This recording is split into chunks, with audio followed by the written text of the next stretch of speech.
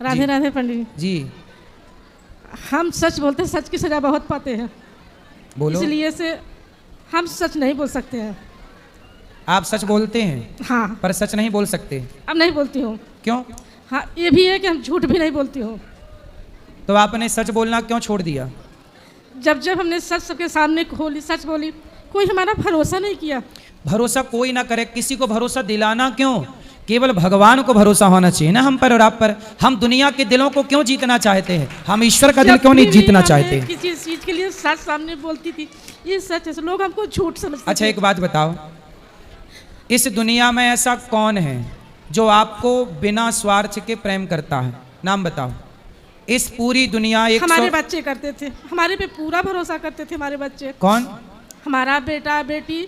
आपका बेटा आपको निस्वार्थ प्यार करता है? हाँ, करता था। आज ही यहाँ पर एक वृद्ध माँ आई रहने को, उनके 2 बेटे और 1 बेटी है। माँ से मैंने पूछा कि मैया यहाँ क्यों आई हो? बेटी ने क्यों नहीं सेवा की? तो बेटी ने माँ से कहा कि तुमने हमारे लिए क्या किया है, तुमने हमें क्या दिया? मैया आपके पास, चलो बच्चे छोटे हैं, ठीक है, आपकी जिम्मेदारी है। हमारे बच्चे बड़े हो गए, खत्म हो गए। 2 बच्चे हमारा खत्म हो गए। कितने बड़े बेटे?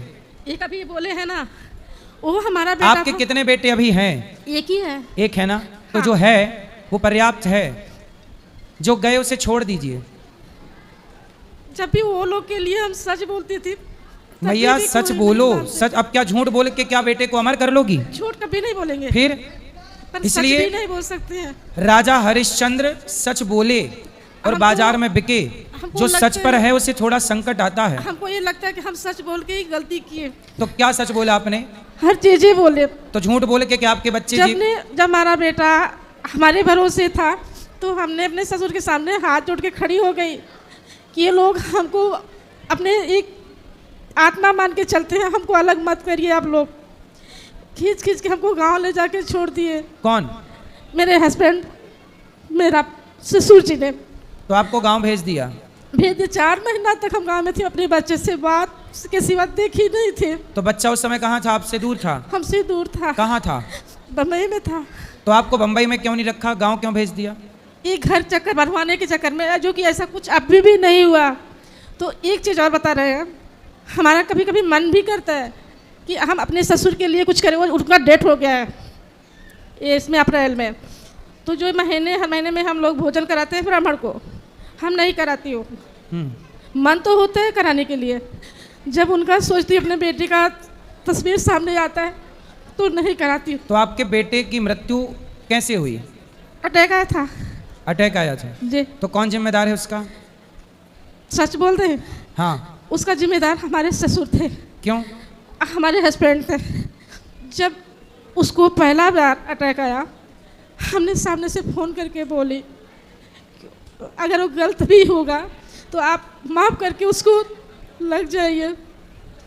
उनको लगा हम झूठ बोल रहे हैं आने के लिए, जो ऐसा नहीं था। तो उसको जब अटैक आया तो उसको हॉस्पिटल नहीं ले गए? नहीं ले गए। क्यों? छोटा लड़का था, वो करवाता था, छुप छुप के दवा करवाता था। नहीं तो छुप छुप के क्यों? सामने सामने क्यों नहीं दवाई करी? वो डरता था। सच बोलना है तो हम बोल सकते हैं, पर किससे डरता था? वो अपने बाप से डरता था। पिता से? जी। क्यों? उन लोग को ऐसा लगता था कि हम लोग से चिढ़ते हैं, नफरत करते हैं, ऐसा लगता था।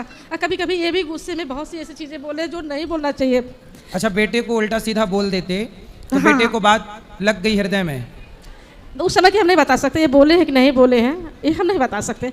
वो जॉब करता था। कितना बड़ा था? 27 साल का लड़का था। काम करता था? जी। तो उसको डांट देते थे? नहीं, ये हम नहीं बता सकते उसको उस टाइम डांटे थे कि नहीं डांटे थे, क्योंकि हम नहीं थे। अब बच्चा ऐसा कुछ बोला भी नहीं था, बस इतना बोला था। तो जब उसको अटैक आया तो इलाज क्यों नहीं कराए? सवाल ये है। इनको लगा कि हम झूठ बोल रहे हैं। ये बच्चे ने इनको नहीं बताया, दोनों नहीं बताए। बच्चे ने बताया नहीं कि मेरे को अटैक आया है? हाँ, बच्चा हमको तुरंत बताया, मम्मी भैया को अटैक आया है और डॉक्टर एडमिट करने के लिए बोला है। तो उस समय इनको फ़ोन किए, जो कि हमको इतना लगा कि ये ऑफिस में ही है। ऐसा ये बोल दिए कि हम मीटिंग में हैं। मैं बोली अच्छा ठीक है, आप मीटिंग में हो, जब भी खाली हो ना हमको फ़ोन करना। ये हमको फ़ोन नहीं किए। फिर हम इंतज़ार किए, 8 बजे रात को फिर वापस हमने फ़ोन किए। ये बोले जहाँ है जो वहाँ सुखी से रहने दे। मैं बोली कोई सुखी नहीं है, हमारे बच्चे को ऐसा हुआ है। तो फिर अटैक आया, उसको भर्ती ही नहीं किया? नहीं। फिर अटैक आने से कितने दिन या कितने घंटे बाद मृत्यु हुई? 4-5 दिन घर पे था हमारा बच्चा। 5 दिन तक वो रहा? मतलब इलाज मिल जाता तो बच जाता? नहीं हुआ। उसको बार बार बोलती थी बच्चा पैसा की अगर दिक्कत आ रही है हम यहाँ से करवाते तू जाके करवा तो दिक्कत क्या थी? पैसे नहीं थे इसलिए इलाज नहीं कराया? नहीं, पैसा था। पैसे थे, फिर क्यों इलाज नहीं? बच्चों के पास पैसा नहीं था, वो अपना हर महीने का पैसा हमको दे देता था। नहीं, बच्चों के पास नहीं था, पिता के पास तो था। हाँ, उनको लगा कि झूठ बोल रही है। कौन? आने के लिए, गांव से आने के लिए झूठ बोल रही है। तो भाई इसमें तो उन लोगों की गलती है ना जिन लोगों के पास ऐसा नहीं था, जिम्मेदारी थी। बच्चों को अटैक आया तो उसको इलाज कराना चाहिए था। हमने बोले वापस फोन करके। अच्छा, बात कराई भैया से। भैया आप बात करिए, आपने उसको इलाज क्यों नहीं कराया जब उसको अटैक आया? तो गुरुजी एडमिट किए, इलाज तो करवाए, लेकिन उस टाइम नहीं करवाए। हमें ऐसा महसूस नहीं हुआ कि इस एज में कोई अटैक होगा। डॉक्टर के यहाँ जब चेकअप करवाए थे, उसका सारी चीज़ें थी, तो डॉक्टर ने बोला सब नॉर्मल है। फिर जब एडमिट करवाए, जिस दिन एडमिट करवाए सेम डे ऐसा हुआ, जो इनको जानकारी नहीं है। ठीक है, तो मतलब एडमिट करवाए थे। तो मतलब जिस दिन पहला अटैक आया उस दिन ही कराए थे? पहला अटैक मुझे पता ही नहीं है गुरुजी। ये तो बता रही हैं कि आपको बताया था? नहीं, मुझे नहीं बताया था इन्होंने। चलिए, अब जो है उसमें प्रसन्न रहो मैया। अब इन बातों से सिवाय दुख के और कुछ ना मिलना है। ये हम बोलना चाह रहे हैं, क्या हम अपने ससुर के लिए हम अच्छा कर रहे हैं कि गलत कर रहे हैं? हमको लगता है हम गलत कर रहे हैं। क्या? उनको हर महीने जो कि हमको ब्राह्मण को खाना खिलाना चाहिए, हम नहीं खिलाती हूँ। तो खिला सकते हो तो खिला लो, नहीं खिला कभी तो मन करता है खिलाने के लिए, जब उनका सोचते हैं मेरा मन नहीं करता है। तो ससुर जी को पता था कि अटैक आया है? उनको ये नहीं पता था, पर इतना पता था कि इसका बेटा तबीयत खराब है, बीमार है। तो वो इलाज नहीं कराए? नहीं, वही गाँव में थे। जिस दिन हमारा बच्चा खत्म हो गया था उस दिन हमको नहीं पता है, हमको ये पता, मैं उस दिन भी अपने बच्चे से बात की। पीछे से हमारा पीठ थपथपा रहे थे, बोल रहे थे जो होना था हो गया, अब तो चुप हो जा। तो हमको ये लगा कि ये लोग कुछ करवा दिए हमारे बच्चे को। इसकी वजह से हमारा मन नहीं करता है। उस समय तो ससुर जी आपके पास थे ना? हाँ। तो वो क्यों करवाएंगे? अपने पोते को क्यों मरवाएंगे? नहीं, पोते के करवा सकते थे, हमको रोकना नहीं चाहिए था। जब हम बताए कि हमारे बेटे का तबीयत खराब है। अच्छा, ये बताइए, आप इनसे बात कराइए। ये बताइए, आपने अपनी पत्नी को अपने से दूर क्यों कर दिया उन दिनों में? पिताजी ने नहीं रोका था। मेरे फादर ने नहीं रोका था इनको। नहीं, आपने अपने से क्यों दूर? बम्बई से आपने गांव क्यों? मुझे 1 महीने में फिर वापस आना था। तो 1 महीने 15 दिन में मुझे वापस आना था वहाँ से। तो आप दोनों साथ में आते ना? दोनों साथ में इसलिए नहीं आए कि वापस आना ही है कुछ। तो इनको गांव किस काम के लिए भेजा था? एक्चुअली प्रॉपर्टी विवाद चल रहा था। किसका? मेरा भाई के साथ? भाई के साथ। फिर तो ये क्या करती हैं उसमें? ये वहाँ रह के घर बनवाना था, तो मैं बोला आप रुको, मैं वापस 15-1 दिन में आ जाऊँगा। बस यही बात थी। अब ये पिताजी को दोषी ठहराते हैं, जबकि पिताजी नहीं किए थे। पिताजी का कुछ नहीं था, उन्होंने रुकने के लिए भी नहीं बोला था, पिताजी ने बोला था। चलिए, अब इनसे बात कराइए। देखिए, वो एक परिस्थिति निर्मित हुई, आपका गांव आना हुआ, उसी समय पुत्र को अटैक हुआ, तो आपके अंदर ये गलतफहमियां पैदा हो गई कि किसी ने मरवा दिया। ये बोल दिए ना कि हमारे पिताजी को कुछ भी नहीं मालूम था, हम ये भी मान रहे हैं नहीं मालूम था। जब आप जिंदा हो, जिस प्रॉपर्टी के लिए सब लोग लड़ रहे हो, वो आपको साथ साथ साफ करना चाहिए था। नहीं देना था तो दे देते, नहीं देना था तो बोल देना चाहिए। तो ससुर जी ने बंटवारा ठीक से नहीं किया? कुछ किया ही नहीं। उसने बोला, ये हमारे देवरानिया लोग हमको गाली हमारे बच्चों को देती थी बार बार, तेरा पुत मरे, तेरा पुत मरे, ऐसे गालियाँ देती थी। तो हमने बोले हम तुम लोग के साथ खाना नहीं खाएंगे, हम अपना अलग बना के खाएंगे। तो कौन जेठानी बोलती थी ऐसा? देवरानी बोलती थी। देवरानी बोलती थी जी, हम अपना खाना अलग बनाने की कोशिश। देखो, देवरानी बोलती थी जेठानी को कि तेरा बेटा मर जाए, ऐसा बोलती थी जी। अब देखो, तो अब देवरानी से पूछना कि अब खुश है हमारा बेटा चला गया, तो पूछना उससे। तो अब देवरानी से आपने बोला नहीं कि अब खुश है? हम किसी से कुछ बात ही नहीं करते हैं। नहीं, एक बार पूछ लेना। अब तो वो दिवाली मना रही होगी, होली रोज मना रही होगी। हमने उस समय भी बोले, बाजी आपको जो देना है हमको दे दो, हमारे बच्चे वहाँ अकेले पड़े हैं। हाँ, हमारे बिना वो लोग नहीं रहते हैं। सही है। हम तो देखते देखिए, रहिए। मैं कथा में बताता हूं कि धृतराष्ट्र ने सही सही बंटवारा नहीं किया तो महाभारत हुआ। इनके ससुर जी ने समय पे सही बंटवारा नहीं किया, अभी इनके भी नहीं किए पुत्र की हैं। मृत्यु हो गई। इसलिए कहता हूं सभी लोग मरने के पहले ठीक ठीक बंटवारा, ऐसा बंटवारा करो कि तुम्हारे जीते जी और तुम्हारे मरने के बाद तुम्हारे भाई तुम्हारे बेटे आपस में लड़के ना मर जाएं। वो मर गए पर बंटवारा नहीं किए हैं। अभी जैसा था वैसा ही है, पर हमारा घर बार बार जरूर हो गया। सही है, अब क्या कर सकते हैं, बस यही कि आगे लोग ये गलती ना करें कि देखो बंटवारा ना करने के कारण इतने बड़े हादसे हो जाते हैं। इसलिए समय पर बंटवारा करना धर्म है, उचित बंटवारा करना धर्म है। भगवान से प्रार्थना करते हैं कि आपका दुख कम हो और आप सुखी रहें मैया। जो राधे बेटा राधे है उसमें प्रसन्न रहिए। राधे राधे गुरु जी। राधे राधे। महाराज जी राधे राधे। जी महाराज जी मैं पंजाब लुधियाना डिस्ट्रिक्ट माछीवाड़ा से आई हूँ। मेरा नाम किरण है। महाराज जी मैं पूछना चाहती हूँ, जो हम लोग निर्जला एकादशी का व्रत करते हैं ना, उस दिन पिछले सालों में हमारे चाचा ससुर की उस दिन डेथ हुई थी, तो क्या हम उस दिन जो हम दान दक्षिणा या फिर जो हम लोग व्रत करते हैं उसका हमें फल नहीं मिलेगा? क्यों नहीं मिलेगा? मिलेगा महाराज जी। अच्छा जी महाराज जी, दूसरा प्रश्न मेरा ये है कि बहुत से लोग ये कहते हैं महाराज जी ने इतना धन दान में लिया, इतना कुछ बना लिया है। कौन लोग संसार के ऐसे बोलते हैं। किसको बोलने वाले बोलते हैं ना, उनसे फिर हम क्या कहें? क्या बोलते हैं लोग? कि महाराज इतना दान लेते हैं, इतना कुछ बनाते हैं। तो बोले भैया आप कर लो 300 माताओं की सेवा, 25-30 हजार लोगों को रोटी रोज आप दे दो, सेवा कर लो धाम में आके। बोले आपका हाथ किसने पकड़ा, आप भी करो। जी बोले आजकल तो बेटे को उसका दोस्त नहीं देता, उसका बाप नहीं देता। जी यदि आप में काबिलियत नहीं होगी तो आप कुछ नहीं कर पाओगे, और काबिलियत होगी तो सब कर पाओगे। जी 30,000 लोग यहाँ भोजन करते हैं नित्य। बोले आप अपने घर पे करा लो जी रोज। जी हाँ बोले बोलना अच्छा है, बोल लो, गाली ही तो देनी है किसी को, जी कोई पैसा थोड़ी लगता है उसमें। जी। भाई करने में ना पैसा लगता है, करने में मेहनत लगती है, दिमाग लगता है, जी। वरना गाली देने में तो कुछ नहीं लगता, 4 शब्द निकालो हो गया। जी। अब यहाँ 308 वृद्ध माताएं हैं। जी आप समझते हैं कितनी बड़ी जिम्मेदारी है उनको बहुत हॉस्पिटल ले जाना। आप अपनी एक माँ की सेवा नहीं कर पा रहे हैं। लोग जो बोल रहे हैं उनसे पूछना कि भाई तुम कितना, 150 बच्चे यहाँ पढ़ते हैं। जी बोले तुम पढ़ा लो 4 बच्चों को किसी में फ्री में, किसी बच्चे को फ्री में पढ़ाओ, करो व्यवस्था। ये सब बोलना बहुत आसान है मेरी माँ। जी। यदि इतना ही आसान होता तो बोले लाखों करोड़ों साल से धरती है, कर लेते ना अब तक, तुम तुम्हारे बाप कर लेते। जी सरल था तो तुम भी कर लेते। जी महाराज जी, आपने हमारी भक्ति को जगाया है, इसलिए हम आपका बहुत धन्यवाद करते हैं। मैया अच्छा है आप कथा सुनती हैं इसलिए भक्ति जाग गई। कथा का काम है भक्ति को जगाना। महाराज जी मैं 2 लाइन गाना चाहूंगी। गाओ।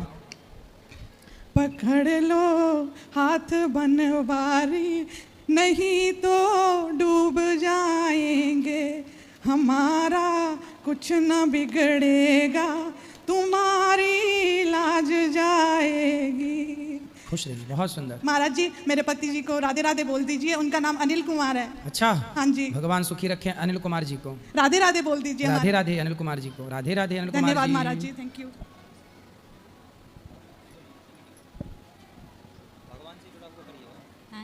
बोलो। राधे राधे महाराज जी।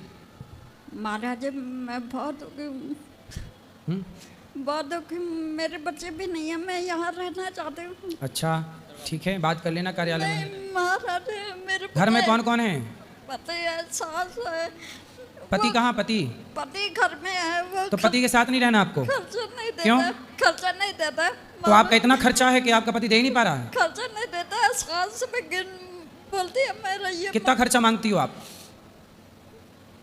100 रुपये 100-200 जितना खर्चा होता तो है। पति नहीं देते? नहीं अच्छा पति को लाना, समझाएंगे कि भाई पत्नी को खर्चा दो। महाराज मैं घर में नहीं रहना चाहती, यहाँ रहना चाहते हैं। भाई यहाँ कौन खर्चा देगा आपको? महाराज दाल चावल रोटी तो कोई भी दे देगा, पर खर्चा महाराज बड़ा कठिन है। भगवान करें आपके पति आपको खूब खर्चा दें, 1000 रुपया रोज। पति को ले आना, समझाएंगे, बात करेंगे। आपका धर्म है पति के साथ रहना, पति को ऐसे नहीं छोड़ते छोटी छोटी बातों में। राधे राधे गुरुजी। जी गुरुजी मैं द्वारका के पास गुजरात से आई हूँ। मैंने आपको टीवी पे देखा था, आज मैं पहली बार देख रही हूँ, मुझे बहुत खुशी हो रही है। मेरा प्रश्न ये है कि मैं सोमवार का व्रत करती हूँ, मैं कितने बजे बाद उपवास छोड़ सकती हूँ? मतलब कि सब बोलते हैं कि 7 बजे के बाद छोड़ देना चाहिए उपवास। क्या? उपवास खाना खा लेना चाहिए शाम के बाद। मैं तो 12 बजे के बाद दूसरे दिन उपवास छूटती हूँ। तो कब? कौन सा व्रत रखती हैं आप? सोमवार। सोमवार ठीक है, तो आप सोमवार का व्रत पूरा होने पर फलाहार कर सकते हैं। रात को? रात को तो कभी नहीं खाना चाहिए, सूर्यास्त होने के पहले कर लो। पहले? ओके सूर्यास्त होने के बाद खाने से बचो, स्वास्थ्य के लिए बोल रहा हूँ। ओके। और गुरुजी मेरा ये प्रश्न है कि 4 युग है, उसमें सबसे बड़ा कलयुग है, तो भगवान कलयुग सबसे छोटा है, छोटा है। अच्छा, सतयुग सबसे बड़ा है। अच्छा, तो भगवान ने क्यों एक ही अवतार लिया कलयुग में? ज़्यादा भी ले सकते थे, 1-2। तो आपको कितने अवतार चाहिए? नहीं, मुझे नहीं चाहिए, बट एक ही क्यों? एक ही क्यों? 24 हैं भगवान के। बट कलयुग में एक ही क्यों? नहीं, कलयुग में भी 2 हैं, बुद्ध भगवान और कल्कि। अच्छा, कलयुग में एक हो चुका बुद्ध भगवान, बुद्धावतार, एक होगा कल्कि, तो कलयुग में भी 2 हैं। ओके, ठीक है। और गुरुजी मैं आपके लिए कुछ लाई हूँ, वहाँ के दे सकती हूँ प्लीज़? दे दीजिए यहीं से। प्लीज़ वहाँ से गुरुजी, कोई बेटा देना ही तो है, यहाँ से तो यहाँ से एक ही बात है। प्लीज़ गुरुजी, प्लीज़ इतनी दूर से, प्लीज़ गुरुजी। यहीं से दे दो बेटा, चीज़ों को यहीं से दे सकते हैं आप, दे दो। लाओ, हम स्वीकार करते हैं आपकी हर वस्तु को। लाइए ना, मैं ओढ़ लेता हूँ। ये लीजिए, ये लीजिए। हाँ, अभी आप इसको ओढ़ लिया, प्रसाद है, आप रखो। अभी बैठिए, अभी बैठिए, अभी बैठिए, अभी मिल जाएगा। राधे राधे गुरुजी। जी। गुरुजी, संसार में कैसे जीना चाहिए? आप जी तो रहे हैं? जी तो रहे हैं, पर बड़ी मुश्किलें हो रही है जीने में, तो कैसे जीना चाहिए? तो आपको कैसे जीना है? मेरे को बिल्कुल सुकून से जीना है।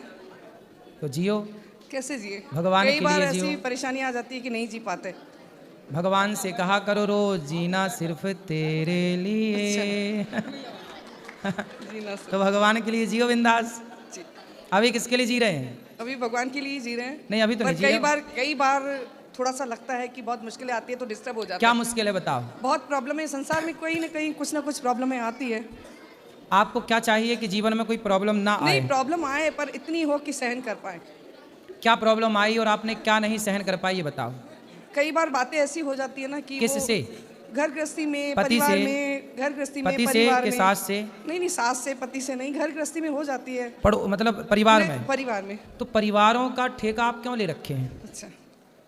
होती हैं बातें, पति तो अच्छे हैं आपके, हाँ। सास अच्छी है, हाँ। बच्चे अच्छे हैं, हाँ। फिर खुश रहो ना। फिर परिवार को काहे टेंशन में लेना? परिवार के लोगों को परिवार तक सीमित रहने दो। घर का आनंद, घर के अपने आनंद में आनंदित रहो। आप कहते हैं कि प्रॉब्लम ही ना आए, ऐसा नहीं हो सकता ना। क्या क्या दिन ही दिन रहा है? क्या रात ही रात रही आए? क्या ऐसा संभव है? नहीं। फिर आपने कभी वेंटिलेटर पे पड़े हुए व्यक्ति को देखा हो, तो वहाँ पर वेंटिलेटर में एक मशीन होती है पीछे, उसका नाम हम नहीं जानते, लेकिन उसमें लाइनें ऐसी ऐसी चलती हैं। मरीज जब लेटता है वहाँ, तो लाइन कैसी चलती है? ऐसी आड़ी टेढ़ी। और यदि लाइन सीधी हो गई तो मतलब मरीज की डेथ हो जाती है। सीधा मतलब मृत्यु, टेढ़ापन मतलब जिंदा। जीवन में जहाँ उतार चढ़ाव है वहीं जीवन है, जहाँ सीधा हो गया वो तो मुर्दा है। इसलिए कठिनाइयों का नाम, परेशानियों का नाम ही जीवन है। हर परिस्थिति में खुश रहिए, परेशानियों में भी प्रसन्न रहिए और परेशान ना होइए परिवार से। परिवार तो परिवार है,